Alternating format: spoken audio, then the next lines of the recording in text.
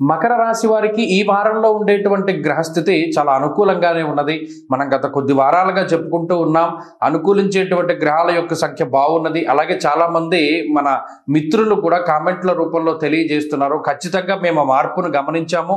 మకర రాశి వారమైనటువంటి మేము మా జీవితంలో ఎదుగుదలని, శుభాన్ని చూడగలిగామని. అది చాలా మంచి విషయము. ఈ వారంలో కూడా అదే మాదిరిగా గ్రహస్థితి ఉండబోతూ ఉన్నది. అయితే గత 3-4 వారాలకి ఈ వారానికి వ్యత్యాసం ఏమిటి అంటే 12వ స్థానంలోకి కుజుడు వచ్చారు. 12వ స్థానంలోకి కుజుడు రావడం ప్రవాసం కార్యహాని స్యాత్ కాసరోగం ప్రపీడనం అన్నది శాస్త్రం.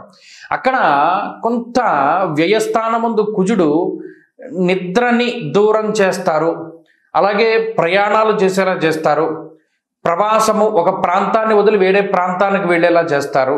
అలాగే ఇప్పుడు చూడండి, నిద్ర భంగం అవుతుంది అంటే ఇక్కడ షిఫ్ట్ మార్పు అయి ఉండొచ్చు. ఉద్యోగం చేసేటువంటి వారు ఈ కాలంలో పనిచేస్తున్నటువంటి వాళ్ళు వేరే కాలంలో పనిచేయచ్చు, లేదా ఎక్కువగా పనిచేయవలసి రావడం వలనో దేనివల్లనో మొత్తం ఈ నిత్యం జరిగేటువంటి డే టు డే మెటబాలిజంలో కొన్ని మార్పులు రావచ్చు అనేటువంటిది శాస్త్రవచనం. ఏదేమైనప్పటికీ కొంత శ్రమని అనుభవిస్తారు అధికంగా. అయితే ఇక్కడ శ్రమకి తగ్గ ప్రతిఫలం ఉంటుంది. గురుడు షష్ఠ స్థానంలోకి మారారు. శని బలం ఉన్నది, రాహు బలం ఉన్నది, రవి బలం ఉన్నది, బుధ శుక్ర చంద్రుని యొక్క బలం ఉన్నది.